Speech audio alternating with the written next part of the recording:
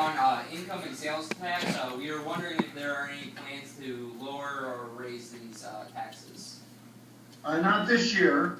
We have been working to reduce the income tax, and when we've had revenue exceeding expectations, then we have provided some income tax rebates. But recently, our focus has been reducing property tax. And in 2013, we passed a major property tax reduction, which is going to be the biggest reduction in property tax in Iowa history. It's going to be $4.4 billion in savings over a decade. But we especially reducing commercial property tax, which hits your Main Street businesses. So you should, if you talk to business people in Sumner or Fredericksburg or other small communities, I think they can tell you that they saw a reduction this year and they'll see a reduction in their property taxes next year as well. Next question. Who's got a question? So what's your plan for the future renewable energy subsidies? For renewable agriculture? Energy. Renewable energy, okay. Well, first of all, I'm a strong supporter of renewable energy, including ethanol, biodiesel, wind energy, and also cellulosic ethanol. Iowa now has more ethanol production than any other state. We have 43 ethanol plants, we have 12 biodiesel plants, and we have 2 cellulosic ethanol plants. One of them is already in production in Emmitsburg, and another one close to being completed in Nevada, Iowa. But I'm a strong supporter of the renewable fuel standard, which requires us to continue to increase the percentage of our motor fuel that comes from renewables. That's something that's real important in Iowa. It's worked very well, and unfortunately, in 2013, the EPA recommended a reduction in that. And then we strongly protested, and they didn't implement the rule, but they still haven't put the renewable fuel standard in place for 2014, let alone 2015, and here we are 3 months into 2015. So we need the federal EPA to restore the robust renewable fuel standard. It can help us with the price of corn, and it can help us continue to grow jobs in the renewable fuel industry in Iowa.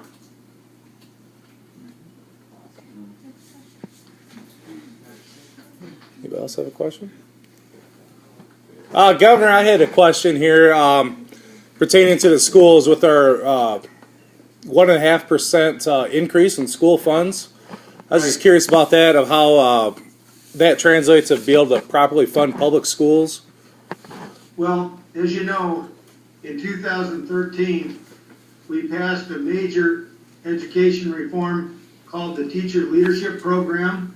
We're presently phasing that in with 1/3 of the students getting the benefit of that this year, another 1/3 next year, and then the year after, the final 1/3. And each year, we put $50 million more in, and that goes to reward teachers that take on more responsibility as lead teachers, mentors, or coaches. We also, since I came back as governor, in the last 4 years, have increased state aid to K through 12 education by $554 million. That's a 22.7% increase. For this coming year, between the $50 million for teacher leadership and supplemental state aid, which is all state dollars, no property tax, it's $100 million I've recommended, and in the second year, another $150 million. In light of the fact that farm income is going to be, according to the USDA, is going to go down 32%. That's as much as I feel that we can afford in new money for the coming years. I want to assure schools that we're not going to do as the legislature did in the past, and that is make promises that couldn't be kept and then end up with a across-the-board cut. You may recall in 2009, Governor Culver cut 10% across the board, and since the biggest item in the state budget is school aid, it hurt schools a great deal. I promise we're not going to let that happen again, and I know people would like to see more, but this is as much as I think we can afford with the present budget circumstances. Next year, of course, I recommended for 2 years. The first year is 100 million of additional money. The second year it's 150 million. So it's a little more in the second year. And hopefully as the farm economy comes back, we'll be able to do more in future years. Thanks. Morgan, do you have a question? Yes, how do you feel on police body cameras like they would wear on their suit? Well, it's an expensive deal. So I don't know that the state ought to mandate that. I think that should be a local decision for the police departments. I do know that a number of our state troopers now have cameras in their vehicles. Not on their bodies, but they have them in their vehicles. And I believe that the decision should be a local decision up to the county or the city if that's an expenditure that they think would be appropriate. But, you know, I think there's some benefits to having cameras, but obviously there's some expense as well. Thanks. Next question. Anybody want to? Yeah. You recently passed a gas tax. When can we expect to see the results of the refund or the increased funding in the infrastructure project in Iowa? Well, in fact, you're going to see it right away. Yesterday, the Department of Transportation Commission met, and they moved up a number of projects all over the state of Iowa, including additional money for buying right-of-way to finish Highway 20 as a 4-lane. There's only 37-mile stretch left, and they intend to move that up. And because this bill took effect March 1, cities and counties all over Iowa are going to be able to move up some of their road and bridge projects because they're getting additional money in this fiscal year. March, April, May, and June in this fiscal year, as well as in subsequent fiscal years. So that's already begun.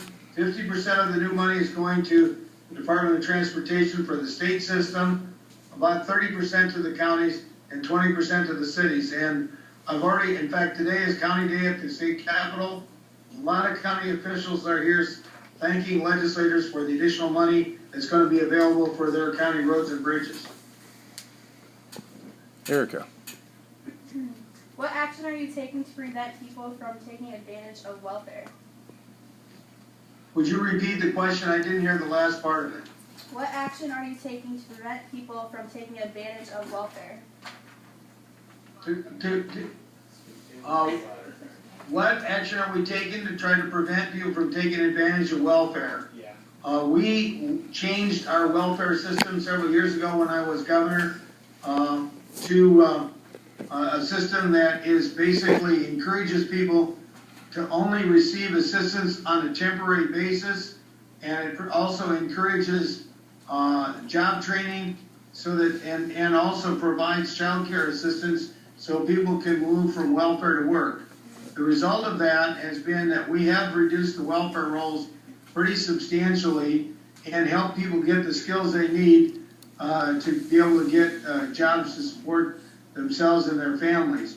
We also have some other job training programs like Skilled Iowa and apprenticeship program, which we approved last year to try to make sure that people have the skills they need. In fact, every school in Iowa now is offering the National Career Readiness Certificate. This is an assessment that you can take that will show the kind of skills you have, and that would also tell employers whether you have the skills for the kind of jobs that they have available. Any volunteers for another question? Matt? Do you think Iowa will ever pass marijuana? I don't think that Iowa is likely to approve recreational marijuana like Colorado. I've talked with the governor of Colorado, and he really regrets that. It's caused a lot of unforeseen circumstances in his state. Governor of Colorado is John Hickenlooper, and he said it's not worked out the way that they had expected, and there's been a number of unforeseen problems. Iowa did authorize the use of cannabis oil for certain children that have epilepsy, and we're still in the process of beginning to implement that. But that is strictly limited to a very minimal amount that doesn't have the hallucinogenic characteristics of marijuana. And I sense that the legislature shares my views that, at least the majority, that we're not likely to see that expanded in the near future anyway. Tessa, do you have a question? What are the criteria for the early start waivers for schools? What is the criteria for the early start? Yeah. It has to be based on improved academic performance. Iowa law says that school is not supposed to start before the week that includes the 1st of September. But the Department of Education was granted waivers without any criteria. Effective this year, we're now requiring that schools have to demonstrate this would improve academic achievement. Over the last 20 years, academic achievement in Iowa has been pretty stagnant. That's why we passed this teacher leadership program to try to change that. But our neighboring states of Wisconsin and Minnesota and Michigan, or Wisconsin and Minnesota in particular, both have higher achievement than we have, and they both start their school after Labor Day. So there's a possibility of maybe a compromise on this, which would be a date that would say school could not start before the 23rd of August. But at this point in time, it's hard to say whether that's going to happen, but I think the days of school districts being able to choose any date they want, and some schools starting as early as the 10th of August, is over. Next question. Chase. What are the reasons behind opposing same-sex marriage? Well, this was a decision made by the Iowa Supreme Court. I believe that a change of this magnitude should go through the normal legislative process. You may know that 3 members of the Supreme Court were voted out by the voters in Iowa when they were up for retention, because Iowa voters felt that it was inappropriate, at least the majority, for the court to do that. I believe that this decision should be made by the voters, not by the Supreme Court. Anybody else have another question? Well, thank you very much. You've asked a lot of interesting and good questions, and we wish you the best. And it's been fun to be part of this Skype Your School. Thank you. Thank you. We'll see you. Thank you. See ya. Bye. So